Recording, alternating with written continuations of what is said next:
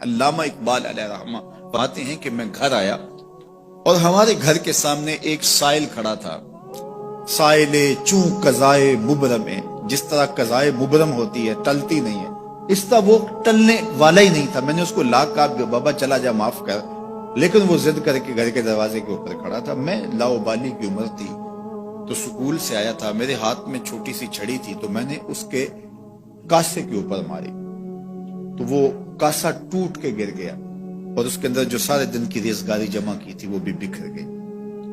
تو کہتے ہیں کہ وہ ریزگاری اکٹھی کرنے لگا اور میرے والد شیخ نور محمد اندر سے کہیں دیکھ رہے تھے تو وہ باہر آئے. انہوں نے وہ ریزگاری اکٹھی کر کے اس کو دی اور اس کو اور پیسے دیے اور اس سے معذرت کی اور اس کو رخصت کیا اور مجھے بازو سے پکڑ کے اندر لے گئے. اقبال کہتے ہیں میں نے ساری زندگی اپنے والد گرامی کو یوں بلک بلک کے روتے نہیں دیکھا تھا.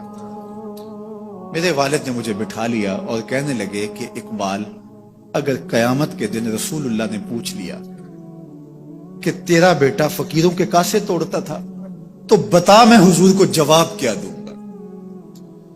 تو کہتے ہیں کہ بس وہی لمحہ میری تربیت کا تھا. بلکہ اقبال پھر ساری زندگی کہا کرتے تھے نام تو از پدر آموختم، حضور آپ کا نام، آپ کی محبت میں نے اپنے باپ سے سیکھی. یعنی حضور کا سامنا کیسے کروں گا. اور پھر یہ اقبال کے کلام میں آخر تک یہ چیز آتی ہے کہ کیسے حضور کا سامنا ہوگا. تو غنی از ہر دو عالم من فقیر، روز محشر عذرہائے من پذیر، گر تو بھی بینی حسابم ناگزیر، از نگاہ مصطفیٰ پنہا بغیر. اقبال بھی پھر آخر میں دعا کرتے ہوئے اللہ کی بارگاہ میں عرض گزار ہوتا ہے، مالک تو غنی ہے، میں تیرا فقیر بندہ ہوں، تو مجھے یوں ہی معاف کر دے، میرا حساب نہ لینا. لیکن اگر میرا حساب لینا بڑا ضروری بھی ہوا تو یہ مہربانی کرنا حضور کے سامنے نہ لینا، میں حضور کو کیا منہ دکھاؤں. تو یہ فکر ملی کہاں سے؟ یہ باپ کی تربیت سے ملی، یہ ماں کی آغوش سے ملی. تو یہ ماں باپ کی ذمہ داری ہے کہ بیٹا جب کسی کا دل توڑے، جب کسی سے زیادتی کرے تو باپ وہی اس کا راستہ روکے.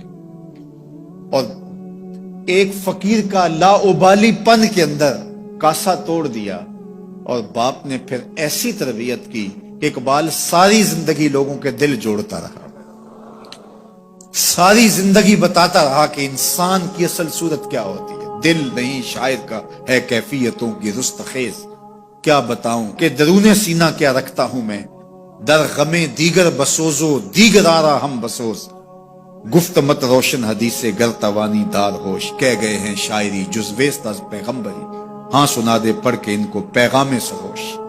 وہ کہتا ہے دوسروں کے غم میں جلنا اور پھر اس غم کو جہان میں پھیلا دینا، اسی کا نام شاعری ہے. پھر اقبال نے وکری شاعری کی، شاعر تو اور بھی ہیں، لیکن اقبال کہتا ہے شاعری از مثنوی مقصود نیست، بت فروشی بت گری مقصود نیست، کشتائے انداز ملا جامیم، نظم و نثر او علاج خامیم. وہ کہتا ہے کہ میں یہ بت نہیں بنا رہا کہ یہ غزلیں تراش کے اور یہ نظمیں تراش کے لوگوں سے داد وصول کروں.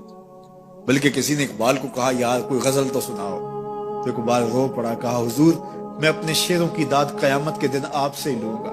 یارہ مرا غزل خانے شمردن، یاروں نے تو مجھے غزل خان سمجھ لیا، میرا تو مقصد ہی اور ہے. بلکہ ان شعراء پہ تنقید اقبال نے کی، عشق و مستی کا جنازہ ہے تخیل ان کے اندیشہ تاریخ میں قوموں کے مزار، چشم آدم سے چھپاتے ہیں مقامات بلند، کرتے ہیں روح کو خوابیدہ بدن کو بیدار. ہند کے شاعروں صورت گرو افسانہ نویس، آہ بیچاروں کے اعصاب پہ عورت ہے سوار.